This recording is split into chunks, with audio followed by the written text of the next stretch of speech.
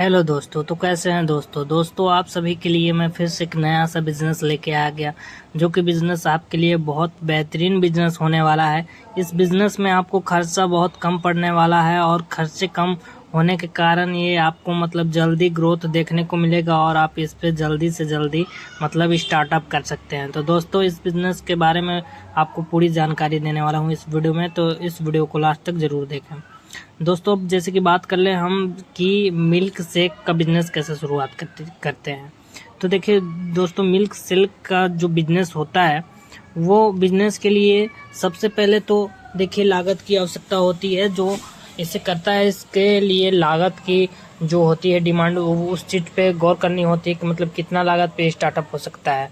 तो दोस्तों, इसके लागत के लिए कोई ऐसा खास लागत होती नहीं है। मैं आपको सिंपली भाषा में बता दूं तो देखिए, जितना ही आप चाहेंगे कि पैसा इन्वेस्ट करने के लिए, अच्छा सा ठेला लगाने के लिए, अच्छा काउंटर अच्छा सजा होने वाला चाहिए, तो उस हिसाब से आपकी इस पे ज़्यादा बजट लगने वाली है लगी।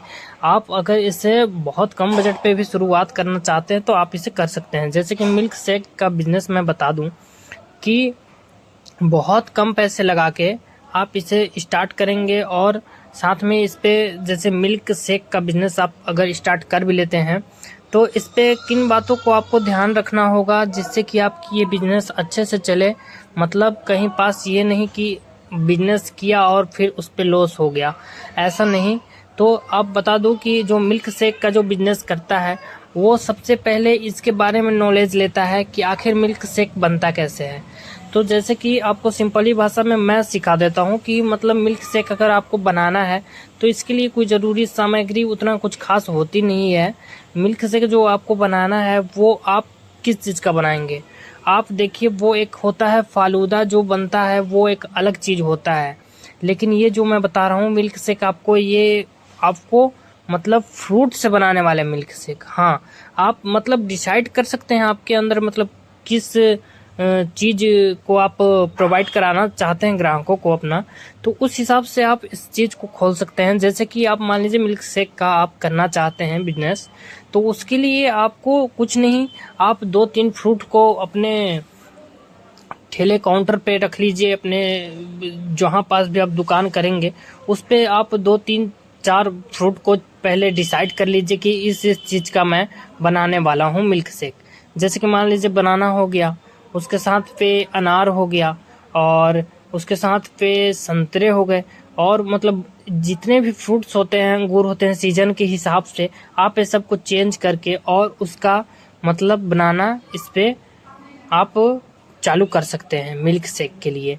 अब देखिए, इस पे मिल्क शेक में आपको किन बातों को ध्यान रखनी होगी। अगर आप इसकी दुकान खोलते हैं तो आपको किन बातों को ऐसी ध्यान रखनी होगी जिससे कि आपका इस पे लॉस ना हो। जी हाँ, मिल्क शेक का बिजनेस अगर आप स्टार्टअप कर दिए तो उसके लिए आपको सामग्री तो कुछ ज़्यादा वैसे चाहिए नहीं, मिक्सर ग्राइंडिंग चाहिए और जो भी उस पे कटिंग वटिंग के लिए सामान चाहिए वही चाहिए।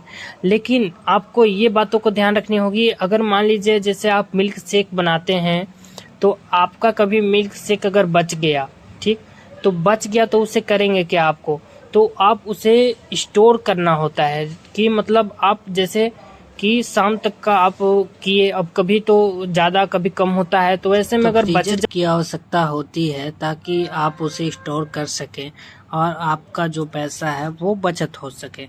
अब इस पे जैसे कि मान लीजिए कि सारी जानकारी तो आपको, बहुत सारी जानकारी मैं आपको दे दिया। अब इस पे अगर आपको कुछ नहीं समझ आ रहा हो तो आप कमेंट में ज़रूर बताएं कि आपको किस चीज़ के बारे में जानना है, उस चीज़ पे मैं विस्तार पे आपको बता दूंगा। और इस पे एक अच्छी सी ऐसी बात बोलूं तो देखिए, जो कहते हैं कि जो दिखता है वही बिकता है, ठीक है, लेकिन ऐसा नहीं है।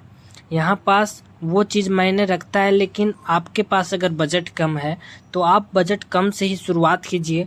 उसके बाद आप ये जो दिखता है और बिकता है वाला जो सिस्टम है, इसको आप इस पे भी लागू कर सकते हैं। जैसे कि अच्छा सा काउंटर बनवा सकते हैं, उस पे लिखवा सकते हैं अपने नाम और लाइटिंग का उस पे लग जाएगा, तो वैसे पे आपका जो मिल्क शेक का जो ठेला होगा वो बहुत ज़बरदस्त और बहुत मस्त दिखेगा। तो वैसे में ये बात आपकी उस पे लागू हो जाएगी। और जैसे कि बात करें कि आखिर इस पे फ़ायदा मिल कितना जाता है, तो दोस्तों फ़ायदा मिलने की जो होती है इस पे, इस पे लागत मान लीजिए कि गिलास पे जैसे कोडिंग आप बड़े गिलास रख रहे हैं, छोटी गिलास रख रहे हैं, कोई जैसे 30 रुपये पे बेच रहे हैं, 40 तो कोई 50, तो उस हिसाब से अगर देखा जाए इस पे तो रेट उसी हिसाब से लगती है। आपकी मतलब लागत जो लगती है उसको लागत को छोड़ा कर मैं डायरेक्टली बता रहा हूँ कि एक गिलास पे आपको 10 रुपये 5 रुपये इतना फ़ायदा होती ही होती है। तो अगर मान लीजिए कि आप दिन भर पे बेचते हैं गिलास, लोकेशन ज़्यादा अच्छी जगह पे है तो मिनिमम मान लीजिए कि 1000 रुपये 500 रुपये आपकी कहीं नहीं गई है, आपकी खुद की बचत इनकम। तो उम्मीद करता हूँ दोस्तों आपको ये वीडियो अच्छा लगा हो। तो चैनल को सब्सक्राइब कर लीजिए और वीडियो को एक लाइक कर दीजिए और वीडियो को शेयर भी कर दीजिए अपने मित्रों के पास, ताकि मतलब वो भी इस बिज़नेस को देख के, और अगर दिमाग पे नहीं आता हो कि क्या बिज़नेस करें, तो ये बिज़नेस करने के लिए एक बेहतरीन ऑप्शन होने वाला है ये बिज़नेस। तो उम्मीद करता हूँ दोस्तों आपको वीडियो अच्छा लगा हो, और वीडियो को लास्ट तक देखने के लिए आपको धन्यवाद। मिलते हैं नेक्स्ट वीडियो में, आपके लिए ऐसे ही टॉपिक इस चैनल पे आते रहेंगे।